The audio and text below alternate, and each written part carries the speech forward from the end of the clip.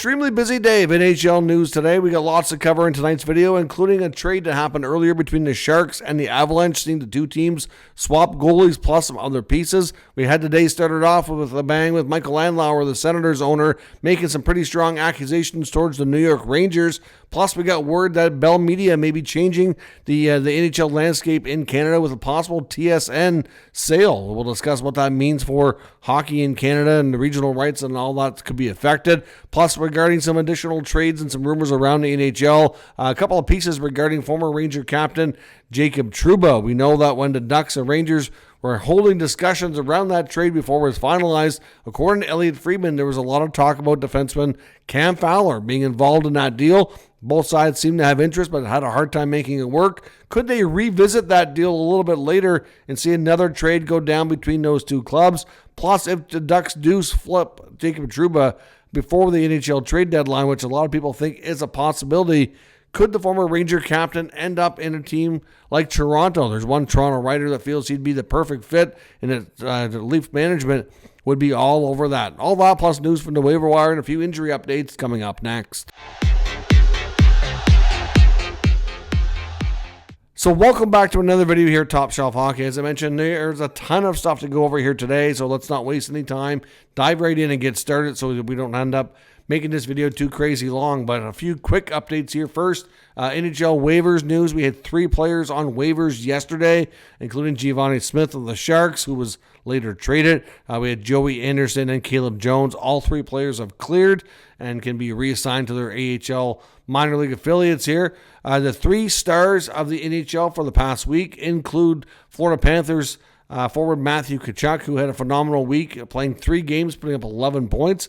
Absolutely exploded after, I wouldn't say a slow start, but certainly not quite up to his standard for offensive production, but he made up for it this past week. Braden Point had a phenomenal week for the Lightning, only appearing in 2 games, but putting up 8 points. So phenomenal results there. And Vegas goaltender Adin Hill is the 3rd star, picking up a couple of wins with a .971 save percentage. So not much going on behind the crease here of Adin Hill, not giving up a whole heck of a lot. A few quick injury updates as well, and a reassignment here. The Devils are indicating that goaltender Jake Allen is being evaluated for a potential injury that he's dealing with. It may not be available for the Devils game against Toronto, which I believe is tomorrow. So I believe Markstrom was scheduled to start that game anyways, but Allen may not be available for backing up. So they may have to recall a goaltender. We'll likely find that out tomorrow.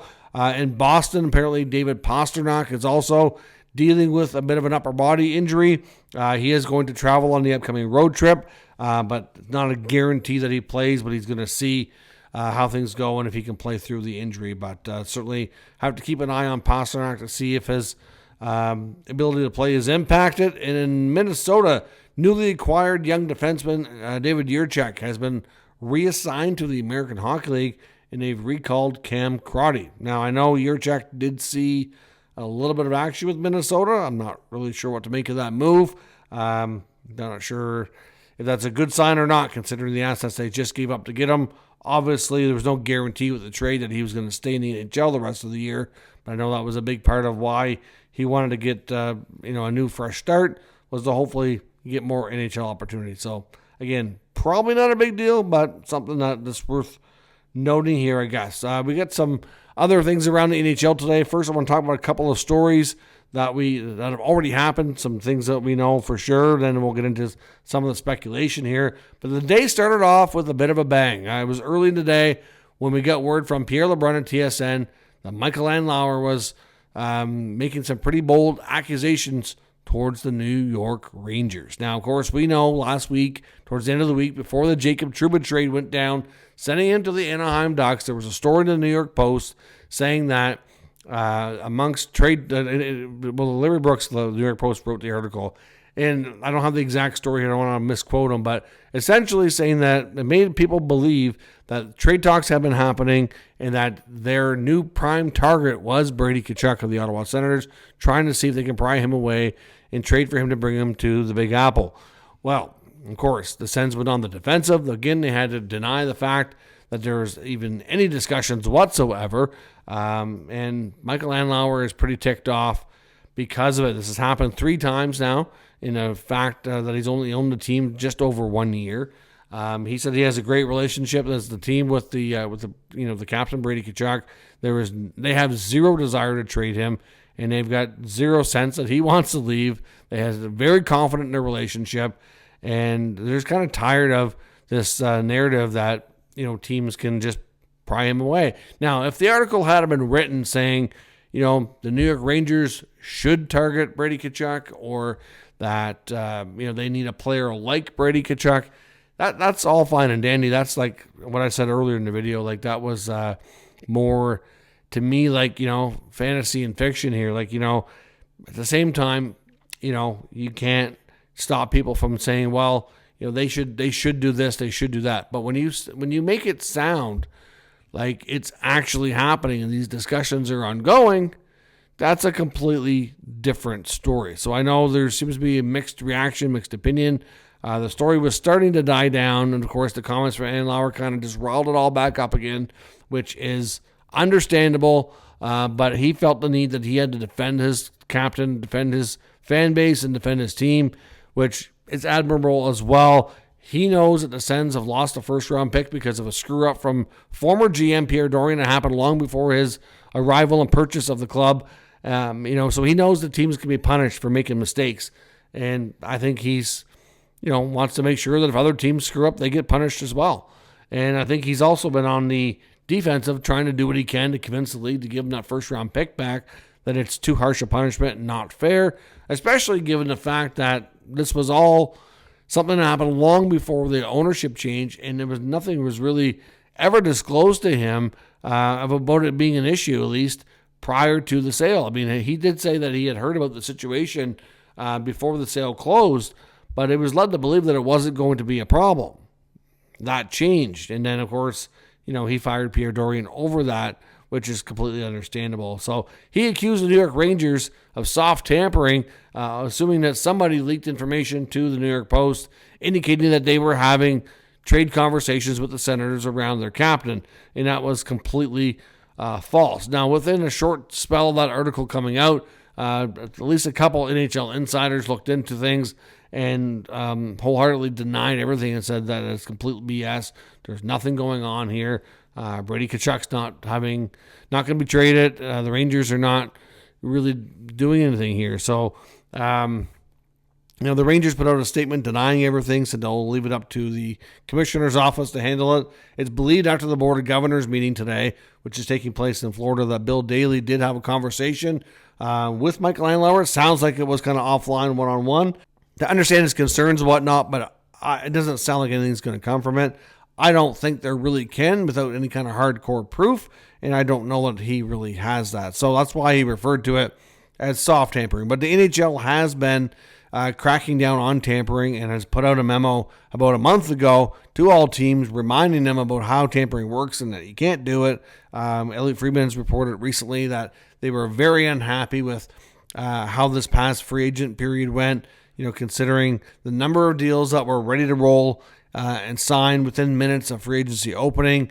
That teams and players had been talking well ahead of the time that they were allowed to have everything negotiated and signed, sealed, and delivered that quickly once free agency opened. I mean, to me, it's been an ongoing issue for years. Outside of free agency, I don't know that there's really been a whole lot of anything in that sense, but when it comes to free agency stuff, every year, the free agent period opens and then within no time you get all these signings. How do you think that happens? To me, it's quite rampant, and it's basically the GMs are kind of all ignoring the rules. And if everybody looks the other way, nobody really wants to go to the league with it, then it's never going to be a problem. Well, obviously, I'm taking it that somebody must have complained, and, well, here we are. But as much as I do understand Andlauer's complaints and frustrations, like I said in the other video, if you can just solve one thing here, it's to win.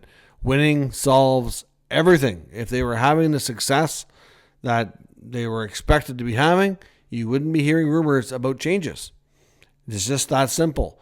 So as much as I can understand the frustration, you understand you don't like it, I think it just kind of comes with the territory, especially being in a Canadian market, heavily scrutinized. And unfortunately, when you get big markets, especially big American markets, they sometimes, the media, the fan bases, they look at the smaller markets, especially in Canada, and be like, oh, they're not winning. He's not going to want to stay there. And then that's how rumors generate. So I think they're going to have to deal to some degree, at least, with the noise. And winning fixes everything. So focus on that. You'll quiet everybody up, and the problem will go away. So I think that's how they have to put their focus here. And, they've had their moments this year where winning was, coming better and, good little streaks. But then they seem to, so far at least, they continue to have these little setbacks. So lots of hockey left. And if they can put together a better streak and get into that playoff spot, then a lot of that's going to go away. But it was a big story today. Of course, another big story today as well was a trade that took place between the Sharks and the Avalanche. We saw another goalie trade, so the Avalanche have completely revamped their goalie tandem. Of course, it wasn't long ago in the past week they traded Noonan to the Predators for Wedgwood. So, of course, Wedgwood comes in as a new number 2, and now they've got a new number 1 with Alexander Georgiev going to the San Jose Sharks, along with Kovalenko and a pick in exchange for Mackenzie Blackwood, Giovanni Smith, and 2 picks. So, Mackenzie Blackwood, who's been pretty good in San Jose and a not-so-great team for a couple of years, they picked him up from the Devils for a 6th-round pick. They kind of rehabilitated him, so to speak, helped him be a better goalie, and now here they are, getting a better return. And I suspect Blackwood would probably be one of the better options for the Avalanche because they get a decent goalie, but not a ridiculous price. So, they want to do this early so they have time to really be ready for the playoffs and have him be adjusted to the team and the systems and all that. So, another goalie trade, and the Avalanche now have a completely revamped tandem now with Wedgwood and Blackwood working together. So, there we have it. So, that was a big story here today as well. Another story I came across as well earlier in the day from one of our media contacts is that there is some speculation that Bell Media, who owns TSN and a lot of other, of course, they're one of the major media player here in Canada, might be selling TSN. Based on how things are going there, there is some talk that they might try to sell off this brand. Now, hockey in Canada has certainly been a big deal. It gets good ratings. TSN has regional updates. They lost out on the national rights package last time around, which was quite a few years ago now when Rogers picked up the bill. I'm not sure who would buy TSN, but there is a lot of thoughts from those well in the know in the media world that it looks like Bell may be going down this road.